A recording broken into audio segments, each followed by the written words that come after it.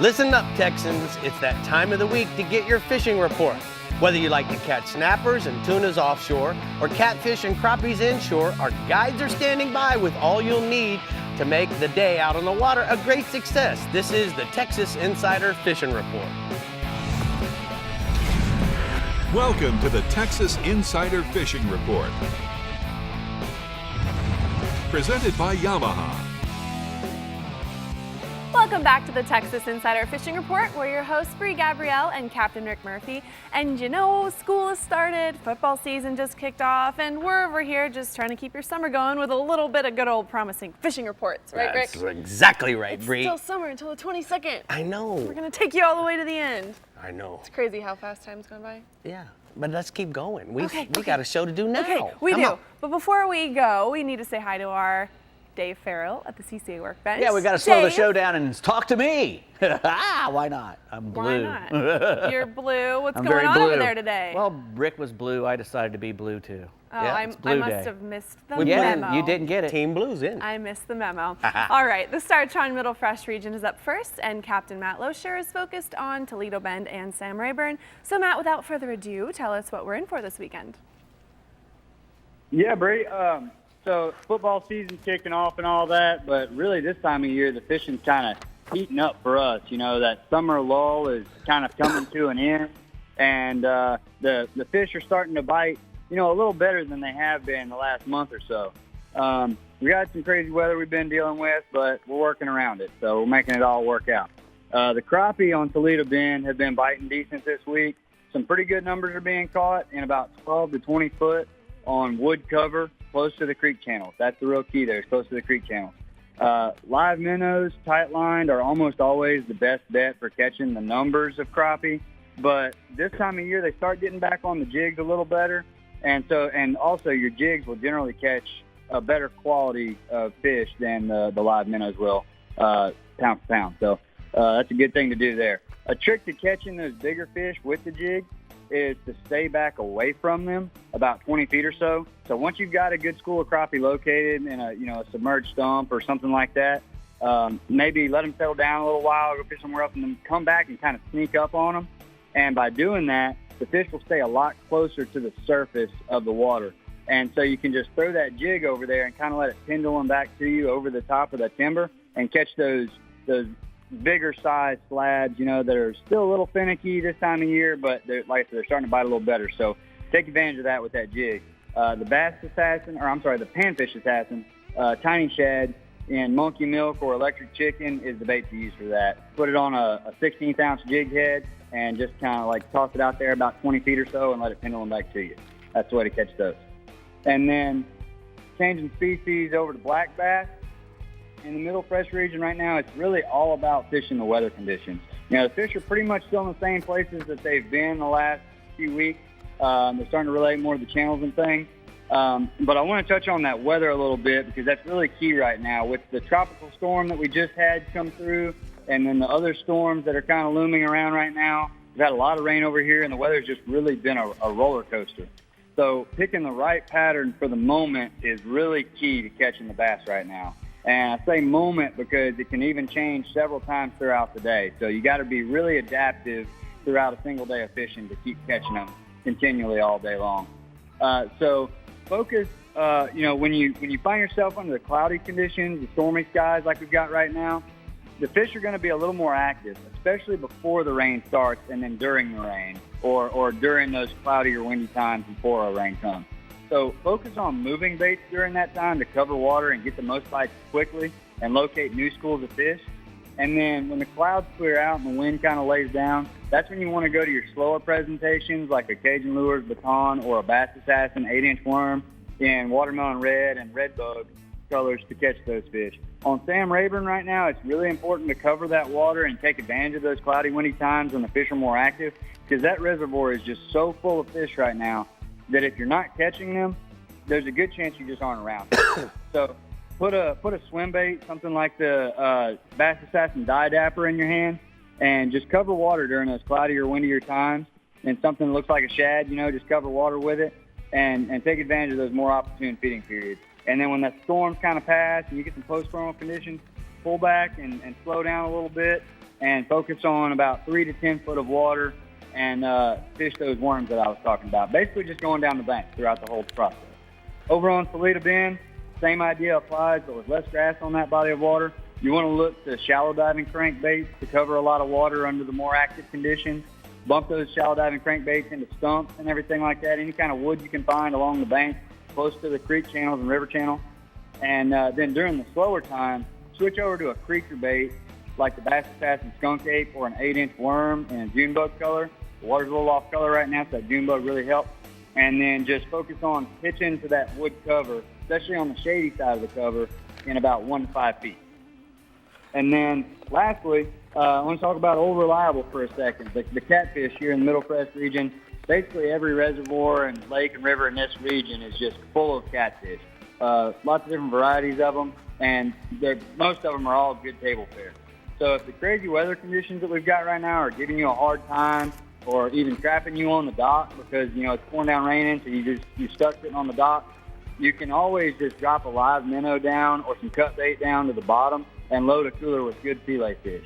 And on Toledo Bend, to get a little more specific about it, you can really, on this lake, you can hardly find an area that doesn't have them. But the larger concentrations of the catfish are going to be around your creek and river channels, just like the bass, in about 10 to 20 foot of water. They're going to be a little deeper. So just focus on those areas and stay close to the bottom, and you'll catch those catfish. And a little tip for you there on the catfish, something we've learned over the years is that the catfish really love the meaty rib cages that we cut out of the crappie fillets. So next time you're cleaning a good mess of those big slab crappie, save the rib cages that you cut out of those fillets in a Ziploc bag and freeze them for a rainy day when the other fish aren't cooperating for you. All right, thank you so much, Matt. We're going to go and take a look at the Middle Fresh hotspots from the Startron region. Matt says crappie on Toledo Bend are on the timber in 12 to 20 feet, biting live minnows and jigs, and then black bass on Sam Rayburn and Toledo Bend are in the shallows around the woods. Grass biting, bottom baits, and moving baits are going to work for them. And then catfish on Toledo Bend are on the bottom in 10 to 20 feet, biting minnows and cut bait, maybe some of those fillets he's talking about. Fillets and Old Reliable with them catfish. All right, next in line we have our Upper Coast region with Captain Caleb Harp. So Caleb, tell us what this weekend has in store. A little bit of rain. A little bit of rain. The rain and thunderstorms really haven't given us a break, and this weekend it doesn't look like, we'll get another chance of empty skies. So being hammered again, we'll just see what has in store for us. But if it does decide to clear up and we do get a window to get out and about, the wind should be calm and the water temperature will get knocked down a few degrees, so the fish should be eating pretty good. In Sabine, the trout bite has been moderate around the north end of the lake, working pods of mullet and slicks, throwing small paddle tails and topwaters whenever the bait is on surface. In Galveston, the normal summer routine is still producing fish. East Galveston Bay is producing trout, drift, and oyster reefs, and some bird action is starting to come live on the north shoreline. In West Bay, it's been pretty good for fishermen around the north shoreline, and also working slicks in the middle of the bay over scattered shell. Trinity Bay is still producing some numbers of trout around the gas wells in the middle. So there's a lot of small trout out there, but there are keepers mixed in if you grind on them long enough. Paddletail soft plastics on the 8-ounce heads are still going to be the lure of the choice, and live shrimp underneath the popping cork is still going to be a player as well. Going to redfish, despite the rain, the redfish action has still been red out here on the upper coast. And on Sabine Lake, on that side of the world, the Louisiana side is still producing lots of numbers of redfish in front of biodrains and working shell right against the bank. Swim baits and paddletails are still producing bites. And if you catch it calm, there are a few open water schools roaming out in the middle, crunching pogies and ribbon fish. The jetties are still loaded, so, throwing crankbaits parallel to the rocks still produce good bites. And in Galveston Bay, over there in West Bay, that area has still been holding quite a few schools on the north shoreline. Also, the marsh up around Greens and Karanqua has still got a lot of fish up.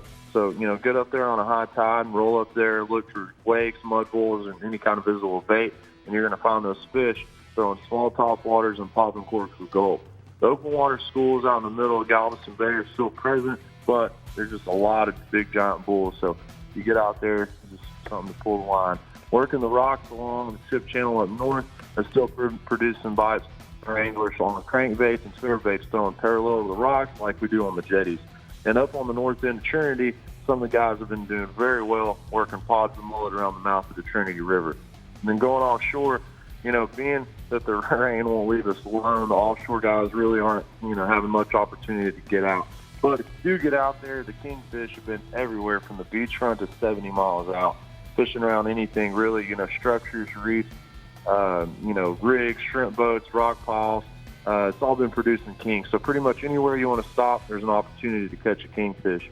And, some normal routine there. Cigar minnows on a kingfish rig have been doing really good, as well as trolling Rapala magnums. And then also for the mixed bag, when the weather does give us a break, everything should get back into full swing. We're sounding like a broken record with this season, praying for good weather, but you know how this fishing business goes. On the beachfront, you can still catch a variety of fish chumming up and chunking out cut bait from the jetties to a couple miles out, including bull reds, sharks, kingfish, Spanish mac, and jack crevalle. And you can still catch leaning around visual structures, side casting whenever that water does clear up. Your beeliners and mangroves are still plentiful around structure, and the red snapper are everywhere too. But just be careful to release them safely since their season is over. And the tuna bite is back and forth around the floaters and shrimp boats. Deep dropping for amberjack and grouper is still rocking and rolling. But, hopefully whenever these storms leave, we'll get back to normal and everything will lay down. So fingers crossed, everything gets good. All right, thank you so much, Caleb. We're going to go ahead and take a look at the CCA Upper Coast hotspots. Caleb says between the storms, the trout can be caught over Mid-Bay Shell in East Bay and West Bay, the gas wells in Trinity Bay and around the north end of Sabine Lake over mullet rafts. And then offshore, kingfish have been consistent players across the board, being located on virtually any type of structure from the beachfront to 60 miles out, Brie. All right, Rick, we're headed to the Upper Fresh region next here on the Texas Insider Fishing Report, but first, we just have to see what Dave Ferrell, the CCA workbench, is up What you to. got, Dave? Well, we're going to be talking about Dave. catching one of the largest freshwater fish in North America. What? Yeah, the alligator gar. Oh, What? shoot. The That's alligator gonna be a gar. good conversation. Yep. We'll be right back. The Texas Insider Fishing Report is brought to you by Yamaha. Reliability starts here. The American Fishing Tackle Company. Any fish, any water. Since 1958. Guy Harvey, marine wildlife artist and conservationist. And CCA Texas, a leader in marine conservation. Yamaha's 4.2-liter V6 offshore four-strokes. For those that like their V6 lighter, faster, and stronger. Setting new standards for power, efficiency, speed, and lightweight. Built for the rigors of offshore boating. Packed with Yamaha's legendary reliability. And now Yamaha's 4.2-liter V6 four-strokes offer a choice between digital or mechanical controls to match your rigging preference. Yamaha. Reliability starts here. Remember the glory days of gasoline? It's just not made the same anymore. Kick your gas into gear with StarTron. Pump up the performance in all of your engines. Cure the problems of ethanol with the power of enzymes. And maximize your mileage every time you drive. Kickstart your engines with StarTron. Outside is a bully. There are bears screaming fleet-footed waters. Arrogant mountains. Goliaths. Goliaths. Goliaths. And 100 other excuses to stay inside. But there are ways to deal with bullies. CCA is the largest marine conservation group of its kind. With 70,000 members in Texas, CCA's mission is dedicated to conserve, promote, and enhance the present and future availability of our coastal resources for the benefit and enjoyment of the general public. So if you care about the health of our Texas coastal resources, join CCA today by going to their website, ccatexas.org, and help them make a difference. Use the promo code REDFISH to receive your free hat with your membership. CCA, the leader in marine conservation.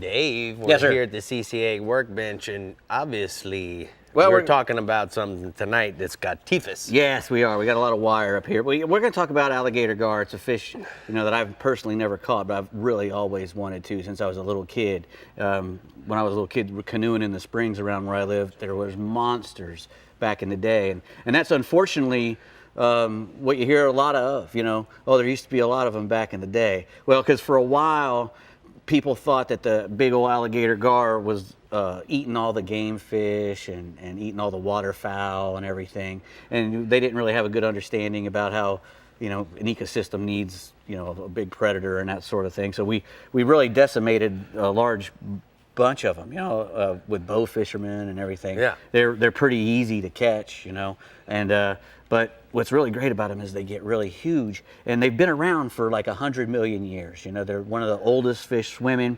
They have these wonderful scales on them that armor-plated scales that are like diamond shaped that the Native Americans used to even use for a bow arrow, for a broadhead. Oh, really? On their arrows, yes. I mean, that's how impenetrable. They have like an enamel on them like teeth. So, and they interlock, so it's really hard to kill them. I've caught a few. Mm-hmm. Nothing nearly that size. No, well, they get Texas is lucky. They got some of the best fishing for them in the world. They get up to be 6 feet, and more. I know when I've caught 150, them, 280 pounds. My hands by grabbing them this way. Correct. And then they would shake, and the scales would go backwards. They're serrated. They have serrated. Those same scales that they use for the broadheads are serrated, and they've, like I said, they've got those great. They go salt and fresh water. Right. They can be in Galveston Bay. They can be up in Trinity River. A lot of the places where our guys are fishing for bass.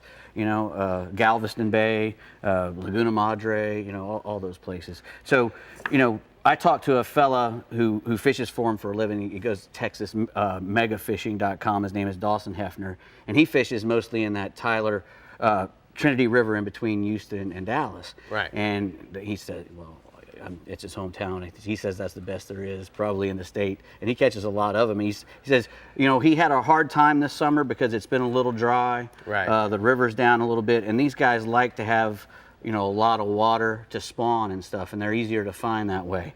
But when they're going to go to try to catch them, they're going to use wire leader about 3 feet. You can buy them, you can make them. That's a steel-on wire leader that I made with just a lighter and a couple twists on the steel-on leader, and that'll hold like crazy. They use a 3/0 treble hook, and they'll fish them in a deep bend in a river if it's got a nice sandbar and water between 4 to 20 feet or whatever, and they like to use a big carp for a bait. A carp, yeah. Alive or dead? No, a dead carp. Like a half a pound up to even 1.5 pounds, a big chunk of carp, and they'll fish that on the bottom and try to catch them. It's really cool. When you're fighting them, you got to let them have it. You got to let them have the bait really good, because it looks like their mouth is just all teeth and hard as a rock. Yeah, they have 2 rows of teeth on the upper jaw, and so you're right. There's not a whole lot of places for a hook to hold. Right. And they have a tendency. All gar have the same tendency. They were doing this to me the other day when I was bass fishing with my giant shiners. They'll come up, they'll grab that bait, even a live bait or a dead bait or whatever, and they'll just grab it and they'll swim off with it, chewing on it. Chew, chew, chew, chew, chew. Like a freshwater sailfish. Yeah, exactly. He's chewing on it. Right. And if you haul back too early, then you're not going to catch him. And do you think it tears the hook out? And then what ends up happening, he gets the bait and we tear the hook away from the fish. Correct. And we really don't want to hurt them too bad anyway, because hopefully we'll let them go. Although in Texas you're allowed to keep 1, and they're really supposedly good to eat. There's 2 nice big tenderloins on their back. I hate to say that because I don't like people killing them, but I know guys are gonna. But that's why they're doing it, because they got a nice big white back strap on them. Huh. That makes them really good to eat. And how could you not want to catch, a giant fish like that? How big do they get up to, Dave? Oh, well, they've had them 10 feet, 300 pounds. Wow. Have been caught in nets, and in 279 pounds in the Rio Grande River. Wow. So they get really, really big, and you don't get a chance to catch something that huge in fresh water ever. So that's one of the reasons why I've always wanted to catch one, just because they're so, cool. They're just a really cool I remember the fish. first time I went in that direction, I saw one roll in a pond. I thought it was a tarpon. Yeah, Louisiana was the like, first. What? Louisiana was the first place I saw, and it was this saltwater marshy area, right? Which they can be, like I said, in the salt water. Yeah. And what you get, a lot of guys will try to use a circle hook for them. My friends up there, he started trying. He just thought it'd be a good idea to use a circle hook because of their mouth, but you got to have a really wide gap circle hook, and because of the size of the bait you're using. You need a really, like a kale hook almost even. Yeah. Something that's really wide that'll get in that, just like if you're using a big bait for bass, you want to use a really wide open gap on your hook. And same thing with these gar, all gar, not only the alligator gar, but needle nose gar, and they're all fun to catch too. I know they're called a trash fish, but they're really fun. If that's a trash fish, call me a trash man. Exactly. I'd love to pick him up. All right. Trash man. Okay, Brie. That was good. All right, our guide, Johnny Geis in the Upper Fresh region, is now on the line with all the info you could want and more on Lake Fork, Grapevine, and Louisville. So let's listen up and see what he has to say. Hey, Johnny. Hey, Rick and Bree, how are y'all today? Good. Great. Well, on Lake Fork, it's always been legendary for the trophy largemouth bass, but these dead-gum channel catfish, it's about as good as it gets right now. The limits of 2 to 10 pound catfish are common for any angler that takes a little bit of time to put out some bait in their favorite hole. I got a guy buddy named Dave Longery. He always puts his customers on limits of big channel cat, and it usually doesn't take him long to fill up the cooler either. His catfish trips are almost too easy for customers. Dave provides all that bait. He's got the rods and reels. He baits every hook, and he takes off every catfish. Dave fished out of a pontoon boat. He's got ample seating up for 8 customers. He meets you at the dock, and when you return from fishing, you can grab a bite to eat, and he'll have your catch all clean, bagged up, and ready for the trip home. Let me tell you how he does all that. It takes a lot of planning and work to bait up several good catfish holes. Bayou Dave, he makes several trips a week to his hot spots to put out 20% protein. They're called cattle cubes. These cattle cubes consist of corn grain molded into a cube form, 50-pound bags. He puts out the sack at each hole several times a week, and the catfish gather there, the feeding areas, and fatten up on the protein in the grain. The rigging he's using is fairly simple. He rigs it up. He uses a casting rod or a spinning rod with braided line, uses a heavy fluorocarbon leader, ties on a 4/0 treble hook with a heavy split shot above the hook, and then he dips that hook in his own concoction of catfish bait and twirls it around the treble hook. But I suggest you don't sit downwind from his bait because it's kind of smelly. But the catfish love it. On the other side of Lake Fork, I got another guy, buddy, Stubby Stubblefield. Old Stubby's an excellent catfishing guide, too. He baits up his holes with cubes as well as sour mash. That's kind of sour corn. And it also draws in a lot of schools of catfish. Stubby makes and sells his own Stubby's cheese catfish bait. I use it a lot. It's excellent bait to use on channel catfish, not as stinky as the Bayou Dave's. And you'll enjoy fishing out of Stubby's brand new Blazer boat if you go with him. He's got a new console boat. It's a pretty neat deal. Stubby and Bayou Dave, they also put out crappie brush piles and a guide for crappie. So if you're needing a bunch of fillets, you got a big fish fry you're ready to put on, you don't have to, you want to do a lot of fun fishing instead of just getting out and chunking and winding, you can catch fish with these guys. I promise you'll enjoy an exciting and entertaining fishing trip. So Bayou Dave, yesterday, he provided this picture. I had one earlier than that of 100 catfish, but his last trip yesterday was 200 catfish by 11:30 in the morning with 10 cats over 8 pounds. Yeah. Oh, Bob Seeley, you know Bob, Rick. I Bob do. Seeley Big Bass Splash Tournament starts next weekend on Fork. It's the largest tournament of the year here and pays out $497,000 in cash and prizes. Winner is going to receive a fully rigged Triton boat and a brand new round pickup plus a $7,000 check. Bob pays out 15 places each hour for the largest bass of the hour, winning $1,500 in cash. Also this year, for each day of the 3-day tournament, any of the largest fish under a 16-inch slot that wins an additional $5,000. Fun event, and I expect Lake Fork will put out a lot of huge bass over the slot next weekend. You can enter one day or all 3 days. Just come out to Lake Fork and win some of that good cash and prizes on Big Bass Splash. Let's move on over to Lake Grapevine. The white bass, sand bass, guide and Lake Flanagan's providing this updated info on the fishing at Grapevine and Lake Louisville. Mike says the white bass are the most consistent at Grapevine this time of year. Try to get on the water early, start at the dam area. Look for that aerator pump. They've got oxygen up there pumping, causing moving water, and it attracts a lot of shad, and that's where you'll find the sand bass usually every morning. The sand bass close by, and they're hitting on slabs. Next, he starts hitting the points, heading back up the lake. Check your bait on your electronics. Once you find those, you keep a scattered eye out for schooling activity or shad jumping out of the water.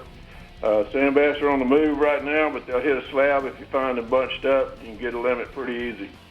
Water should start to cool down. We're getting some good rain, some cooler temps. Next few weeks, bass will start moving in the back of the creeks. And there we'll be using a lipless crankbait a lot more to locate them. And a rattle trap type bait works as well.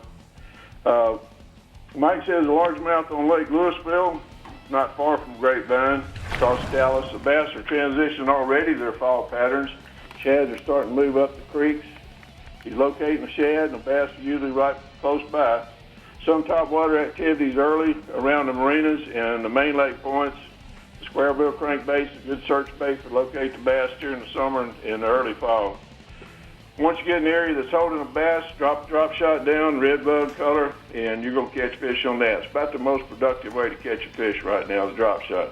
I like to use a wacky worm, too, this time of year when it's real calm, not much wind out there, and that's when you can trigger a bite with the wacky worm. With the change in weather, cooler water temps, great time to be in the area lakes around Dallas here fishing this time of year. So remember, you can't catch them on the couch. So get out and go fishing. Here's a picture of one of my trips this week, and that's about the quality of the fish that's running out here now. So get off the couch. Let's go fishing. All right, I like your style there, bud. We're going to go ahead and take a look at the upper fresh hot spots.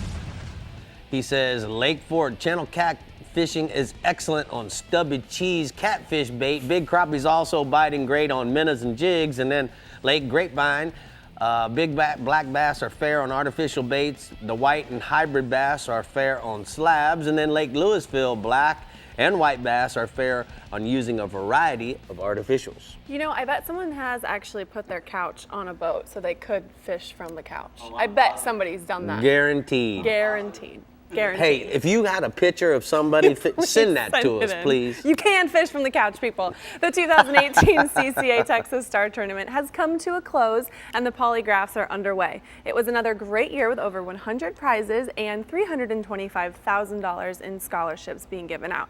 In total, 15 of the 60 released tagged redfish were caught, with 7 being by eligible anglers. Thank you to everyone who's participated this year, and we really hope you'll enter next year in the Star's 30th anniversary. Registration for next year's tournament is already open at startournament.org, so go ahead and get it done so you don't forget and miss your chance of a lifetime for prizes. Those were some great photos. Yeah, Good job, CCA. Good job, guys. I like it. All right, stay with us, Texans. We're taking a gander at the lower fresh and lower coast regions next. And remember, for all things fishing in Texas, visit our website, like us on Facebook, follow us on Twitter, and view and tag us on Instagram. We'll be right back. The Texas Insider Fishing Report is brought to you by Contender Boats, always in the game. Bass Assassin and Saltwater Assassin, the best lures, period. CCA Star, fishing fun for giant prizes and scholarships. And Costa Sunglasses, see what's out there. An entirely new species of extreme predator is moving offshore. The Yamaha 5.6-liter V8 XTO offshore outboard. Extreme big block thrust and power in the industry's first direct injection 4-stroke. Quiet, efficient, powerful, and proven Yamaha reliability. More than an outboard, it's a fully integrated power system. The all-new Yamaha V8 XTO offshore.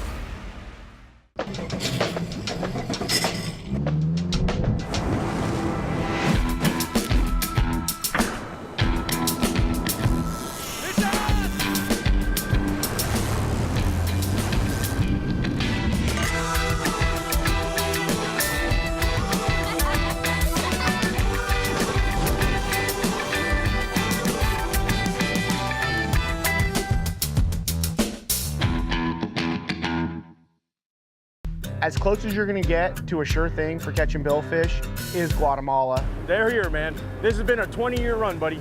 These things haven't left. There's no cycle. When it comes to sail fishing, this is the real deal.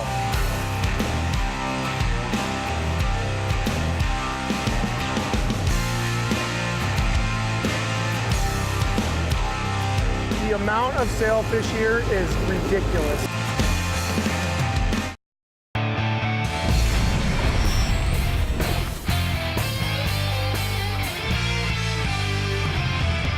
Today's Power Pole tip of the week is about the power poles and its unique design, which allows us to deploy them and get them out of the way.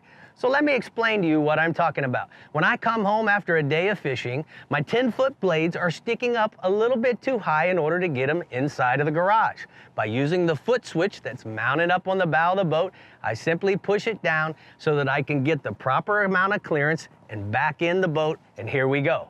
Another way that sometimes the power poles are in the way is simply we deploy them going through creeks with overhanging limbs or even under bridges. Now, you guys, every once in a while, you love to fish out of the back of the boat, and so do I. And sometimes guys feel like, oh, well, that power pole, it's a distraction for them. Well, guess what? We can push the button 2 times, deploy the power poles. Now they're completely submerged and out of the way until you're ready to go home. So those guys that I see at the boat show and you ask me, how do you get it in your garage? Now there's the secret, and that's today's Power Pole tip of the week. So Brie. Yep. No problem. Just zip, and now you're in. Man of many words there. Of no course. problem. No All right, problem. the Yeti Lower Fresh region is always producing, so let's see what our guide Matt Reed says about Lake Travis, Stillhouse Hollow, Canyon Lake, Fayette County, Somerville, and Falcon have for us this weekend. Let's hear it, Matt. Let's hear it. You ready to roll? Let's go ahead and get this thing started. I'm going to kick it off with Lake Travis there in Austin. It's been fishing really great lately. We had a lot of rain, and top water bite has been super. You can take a spook and throw it all day long right now and catch some good ones. The biggest ones are right up against the bank on those steep rocks, or they're either on the top of the ledge out where it breaks off away from the shore, and that 5 to 20 foot range right on the top of the ledge. You can also catch some on like a fluke, a shad imitation type little jerk bait. The other way they're catching some fish there now is flipping trees with a creature bait or a crawl worm. Fishing really well. Lake Travis is at the best it's been in a long time. Moving on up a little bit, Stillhouse Hollow is fishing decent. There's fish coming out of the deep grass. You can catch them dragging a Carolina rig with a fluke or a baby brush hog on it. You also catch some flipping the edge of that grass, and you can get some good ones that way. That's the way to really catch some of the bigger fish. Canyon Lake, fish are biting top waters also. I had a buddy the other day that caught a 7, a 5, and 2 4s in a 100-yard stretch. And for Canyon Lake, those are really good fish. All those fish are in the shallow grass and 2 to 5 feet. They're biting shallow all day as long as you have some wind. Moving up to Fayette County, it's been real good this week with the rain cooling the water down a little bit. The surface temps are down and the fish are more aggressive. There's more fish being caught shallow on swim jigs and top waters than there have been lately because of that cooler temp. The deep fish are still biting well out in that 15 to 20 foot range on crankbaits and Carolina rigs.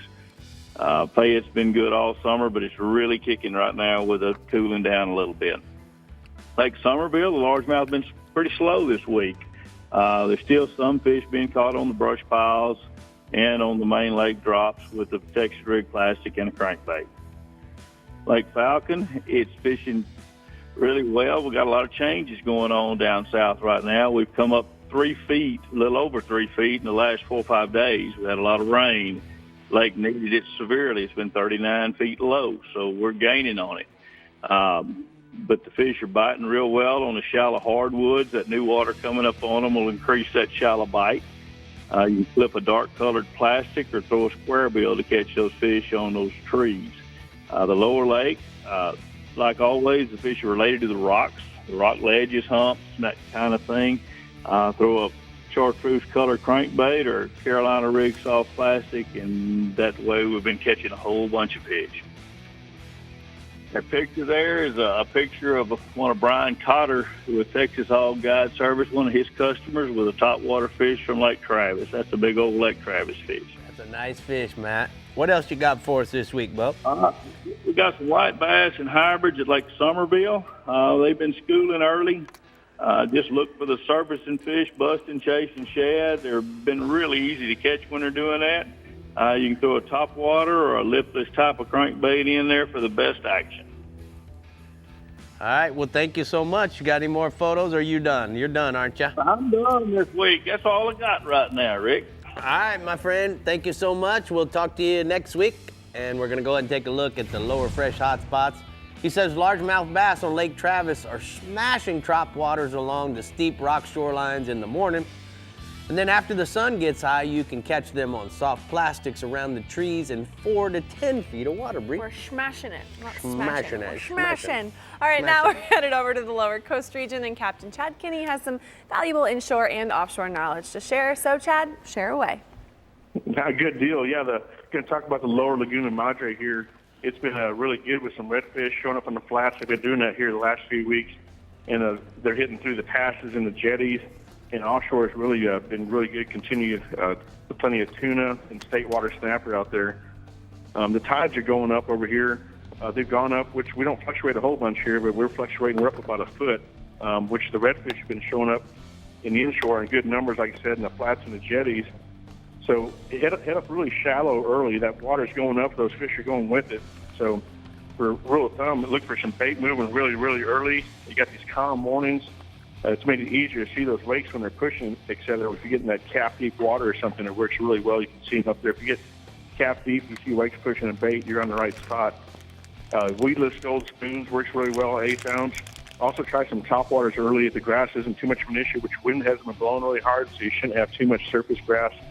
You're up there shallow, you'll be fishing on the sand and stuff like that. As the bait falls off later in the day, try some saltwater assassins, paddle tail, chartreuse tail is the best one on that one I like. And then an 8 ounce jig head with that also. There's also some good action, like I said, along those cuts out going to the jetties and stuff like that. It's guys been doing real well with live croaker, live piggies, live mullet. Cut bait's also working really well on those edges and stuff like that, and the bottom along the drop-offs and those guts going through there on the outside of the north jetty. Best kind of time to do that is when the tide starts to kind of barely start dropping out. Those fish will start following all those flats and following that bait on out back out to the jetties there. So, and the next thing for the bait here, I got some really cool stuff. I loved it. There's some tarpon. It's a real rare deal for us down here in the bay. So we got some tarpon that have been caught here in the bay system the last couple of weeks. It's been wade fishing and stuff like that. Some top waters is what they've been actually hitting on. Some Rapala skitter walks, hitting one knocker. And so, like I said, it's real rarity. So don't come down expecting it and stuff like that. But it's really cool to check it out. Look for some big sand pockets in the grass. And I spoke with Wayne Davis with Kelly Wigglers, and he was out there and had some clients, and they were fishing for big trout and had a couple of big blow-ups. Saw it was a monster trout, and next thing you know, the tarpon were jumping. They jumped them off and landed a couple there. But I got a great picture right here of Wayne Davis fighting a tarpon right there, wade fishing in the lower Laguna Madre. So that's what a knocker will get you, huh? Cool picture. That's nice. I like it. That's a cool pick. It's real rare for us down here, but it just doesn't get any better for that when you're in knee-deep water and doing that. So. That's a framer for sure. I love it. Yeah, Good. No, it's just great. Got me goosebumps. I was like, man, I'm ready. But anyhow, so we go and move the offshore here. It's really producing on every level right now. State water snapper is always consistent down here and out deep for the pelagics and stuff, and tuna, wahoo, dorado. Just check on the weather. Of course, everybody checks on that stuff nowadays. Long-range forecast, make sure you're safe out there before you go, but it should be really good. And another different species that we don't talk about, haven't talked about much, is if barracuda are on your bucket list for some reason, they're found around the wrecks, oil rigs, etc. Definitely, they're going to cut your snapper or anything else you're fishing for on the way to the boat. They'll cut them in half. You start seeing that, and you want to go ahead and get one. The best way kind of works several different ways, but if you get some surgical tubing with a wire, kind of like a double hook rig, it'll wiggle through the water and troll it kind of slow, maybe at like 2, 3, 4 knots. They really can't resist that for some reason. Troll 2 flat lines off the back, that'll work really good. If you're using bait, which they love, get the barracuda in a frenzy. Use some wire leader, of course, that are toothy critters, live bait, or if you get some fresh dead, they hit a snapper on the way up or something else like that, that's what they're targeting anything. So I got a client there today. We saw that. He hadn't caught one before, so we got a picture of a really big barracuda that we released there. So, Chad, I got a little tip for you.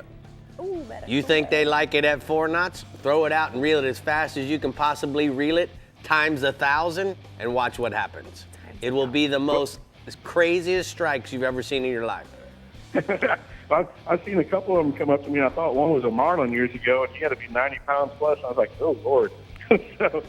So I'll have to try that one, but we'll check that out. And then moving over like the blackfin tuna, we've taken some good numbers still around the deep shrimp boats. You guys are actually targeting that tuna and try to stay at 150 foot or deeper. Try to hit them really early, trolling divers, cedar plugs.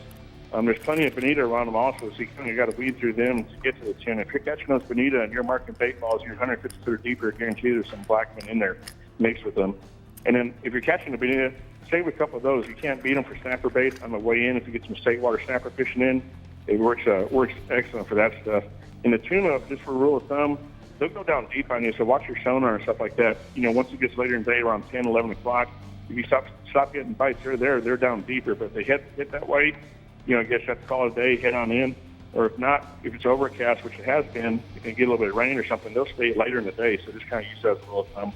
And on the way back in, like I said, fresh bonita, you can't beat that for the snapper fishing. It's phenomenal. We just had some trips here and just showed you a quick picture of some blackfin tuna and some snapper there we've been doing. Man, it looks like you've been putting the vittles on the table there, Bam Bam. We've been grocery shopping. All right. Well, thank you so much. Good report this week from the Lower Coast region. We're going to go and take a look at your hot spots. He says that inshore, Lower Laguna Madre has been good with redfish on the flats and up and down the passes and jetties, and then offshore continues to produce plenty of tuna in state waters for the snappers. You know a little bit about barracudas, huh? I knows about them barracudas. Okay. I know. Okay, we've got your last captain in the Middle Coast region next on the Texas Insider Fishing Report, but we also have some new products to show off with Dave Ferrell at the CCA Workbench, don't we, Dave? Yeah, in the immortal words of Just Dan Wilson, don't dad purdy. That is pretty. Dance, baby, dance. Don't that pretty. Don't that pretty. The Texas Insider Fishing Report is brought to you by Rapala. Catch the latest at rapala.com. YETI, built for the wild. Building Conservation Trust, CCA's National Habitat Program. StarTron, cures and prevents ethanol fuel problems. And Casa Vieja Lodge, 5-star angling in beautiful Guatemala. When you've got an incredible opportunity in front of you, you want a Yamaha VMAX SHO behind you. Just ask 2017 Toyota Bassmaster Angler of the Year, Brandon Polinick. He'll tell you, if you're an aspiring angler with big dreams and a VMAX SHO, there's no limit to what you could achieve.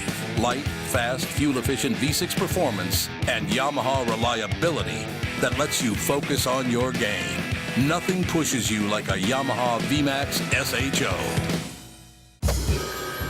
And that's all we need. We need next quarter so that we can postpone it to everyone. Yeah? Stop working right now! Look outside. Is this spreadsheet weather? No, it's not. This is fishing weather. So stop clicking, get out there, and catch a bass.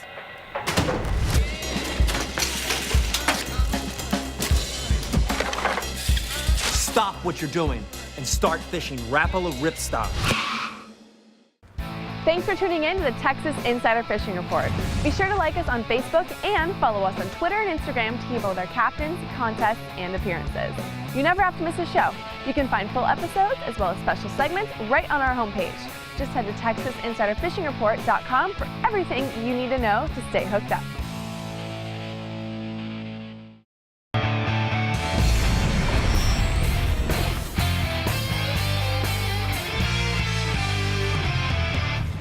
You know, Dave, this is probably, besides sitting next to Brie, this is probably my favorite part of the show, is talking about new cool things. Well, it is my favorite because I never get to sit next to Brie. So. I know. Anyway. Maybe we switchy someday. Maybe. One day. I don't think so. One day. I used to do it all the time. Anyway, the YETI 30-ounce tumbler there is very nice. I mean, this is, you know, I love mine. Mine goes everywhere, and I wouldn't go anywhere without it. It's made out of 18.8 stainless steel, kitchen grade. They got these beautiful double insulation, so everything you put in there stays cold or it stays hot. You know, if it's hot, it's hot. It's cold, it's cold. And it's dishwasher safe. And you know, it comes in that Duracoat now. You can get regular stainless steel, or you can get that Duracoat, and it won't fade, peel, or crack. Do you happen to know how many colors? 4, I think. Come on, man. Come on, Dave. You can do better than this. I don't know. Peach, white, blue. So we have, peach, or salmon. They call black. it salmon. Black, stainless, blue, seafoam. Seafoam. What other, Brie? I think that's it. White? Yeah. But I said white already. You said white? Yes, I did. I didn't hear that. I think I got more than you. You probably. Anyway, next we got these Sims CCA sandals. The last time we had these on here, We talked about them. yes, we did, and I said that you could go get them at Academy, and you really can't. I don't know if you said it or if I said it. You probably did, because I usually don't say So many of the those. CCA products you can buy Correct, at Academy, correct. but unfortunately these Sims products, these Sims sandals, CCA so we had to make it right. Texas.org. You have to go online and go to CCATexas.org, and then you can get them. Those are called the Downshore. They have the cool neoprene sandals. upper, really nice non-slip siping on the bottom, EVA foam footbed. Just really good stuff. Sims makes great stuff, and that's just an example of it. Speaking of good stuff. All right, yeah, these are from Nomad, nomaddesigntackle.com. These boys are from Australia, and they are making just beautiful, beautiful stuff. This here is called the DTX Minnow. It's the Dogtooth Extreme. You know, they have these big dogtooth tunas over there in Australia, which is a big tuna fish with giant teeth. And these things are made to catch them. So they're incredibly strong. They're foam filled. They're all through wired. This has an auto tune. All of their lipped plugs come with an auto tune feature which makes them swim straight as an arrow all the time. Right. You don't have to worry about, messing with them. That thing will go up to 11 knots, 40 feet deep. That one will. Just an awesome thing. I really want to throw this one, this Mad Scad. It sinks really fast, casts a long way. Again, it's got the foam body and the extra tough hooks. A beautiful color, just wonderfully made. That one will sink. Oh my God, this thing is so heavy. Yeah, those are made to cast a mile. You could cast that thing a mile, and you can work them underwater or reel up high and get it up on the top. If that doesn't look like a bonita. Man, they are just really, really beautiful. Right. Yeah. So what else did they have? What is this color here, Dave? Do we know? That's the gold. That's gold. But these are the riptides that I'm really excited about too. These come in floating and also the sinking. I think this is a little floating one, but they're really neat too. They come in a lot of different colors. Oh, but with the treble hooks. Correct. Those come with the trebles. So is this a top water They version? have sinking and top water, and you can walk the dog with that thing or twitch it. Just Nice. Very, very nice. nomaddesigntackle.com. All right. All right, here we got, this is a Dexter fillet knife. Dexter makes a lot of good commercial grade knives and stuff, and you can buy these at Academy, I know for a fact. These are very nice. This is their 7-inch soft grip, narrow fillet knife. You can go to Dexter18.com to see these. They're made from a very high carbon stainless steel, really easy to sharp. Each one of them is individually honed. Non-slip handle. What's really great about them is the handles. The handles, not only is the blade great, but the handles are very ergonomic and soft rubber. Ergonomic. Yeah, they feel really good in your hand. You can give them a squeeze or not, and they're really sealed good to the blade, so they don't carry dirt and nasty stuff from one cleaning time to the next, and it really makes them easy to clean. And you can buy a sheath while you're there too. They don't come with that, but it's sitting right next to them. When you're in the Academy store, you can buy the sheath as well. What you got? One last thing? Well, we gotta hurry real quick. This is the King Zig. It's made by Boone. Dave Workman designed that. Nobody's caught more kingfish than Dave Workman. He was a 3-time SCCA champion.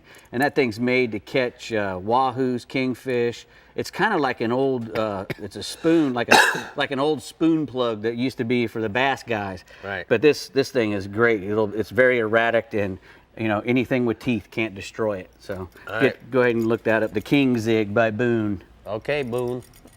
Wow, am I booned now? Okay, Captain Bink Grimes in the Middle Coast region has the details for your offshore and inshore adventure this weekend, rain or shine, so let's find out what he has to say. You're on the line, Bink.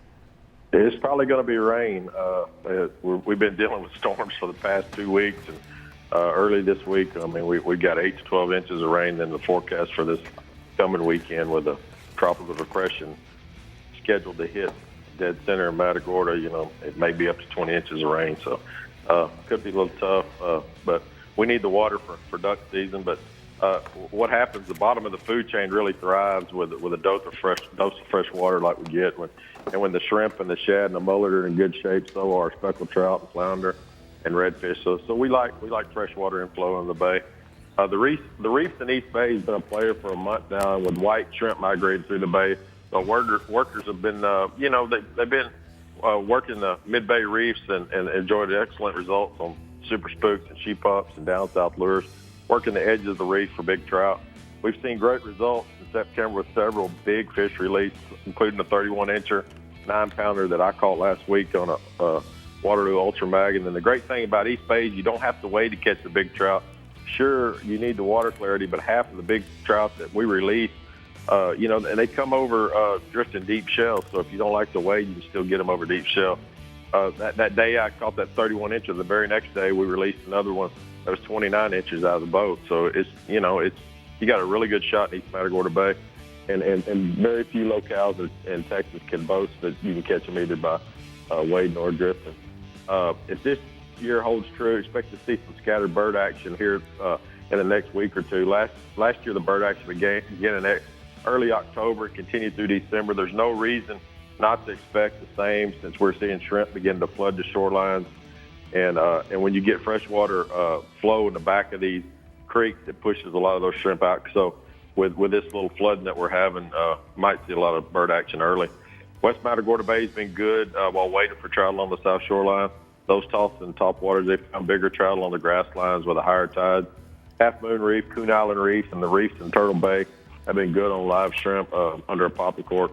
Then at Rockport, they found good trout on corkies and top waters around the guts in Carlos and Mesquite Bay. Most of those fish are hanging around the reefs and in the sand and grass potholes. And then at Port O'Connor, the reefs in San Antonio Bay has been good. It's been calm. And man, when you can get on those reefs, there's just hundreds and hundreds of reefs you can work out there. Waders have done the same. They're working the edges of them with live bait and soft plastic. And photo there, East Bay is a picture of that 29-inch trout I was talking about. Just another big old fish from East Matagorda Bay. We'll go redfish. High tides this month is a boon for redfish. There are a lot of shrimp in the back lakes and marshes, and many will target those fish with small topwaters and live shrimp under a mid-coast cork. We're going to work Cutoff Flat, Zipper and Bayou, Shell Island, Twin Island, Crab Lake, Oyster Lake, and West Bay. With our tides will be a foot above normal. Those fish will begin to move into the bays and be found along the grassy shorelines on the north and the south side. Most people toss shrimp right up along the edge of the grass, or some will use their trolling motor and throw DOA shrimp in small topwaters right up against the grass. Some of the largest redfish will be found in East Bay under the birds. That's when things really get firing off. You see 10 to 20 groups of birds working. One group will have trout, the next group will have a bunch of redfish. And many times when there are little terns that are circling, those tern birds are circling, it's a real good sign of redfish. Then waders along the south shoreline of West Bay have done well on reds with on down south lures and bass assassins. If you want both reds and black drum, take it a bucket of live shrimp and work those points. Just about every point in West Matagorda Bay has shell on it. Then at Rockport, the back lake, like Allen's Bight and the marshes and San Jose Island are holding lots of reds. And then again, the Estes Flats, it becomes so much better for redfish on a high tide. We'll go offshore. There hasn't been a whole lot of offshore action because, I mean, there's just been lots of storms popping up off the Gulf for 2 weeks and then into this week. And when we got a depression out there, it's been tough with the low pressure, but some have gone out and they found amberjack in 150 foot of water around the deep wrecks. And the cutoff rigs out there has been holding AJs and grouper. Shrimp boat fishing, they're still good for cobia, black fin tuna, and kingfish. And the grass lines, they're beginning to form a little bit better, and they've got dorado mixed with cobia. billfish act is approved along the hilltop, and then there's tilefish and barrelfish, in over 1,000 foot of water. So, it's a tough deal with offshore right now because it's so bumpy out there. But, fish are still there. But just, take your time and do not risk it on that big pond out there. All right, bud. Thank you. Great advice. We're going to go and take a look at the hot spots from the Middle Coast region.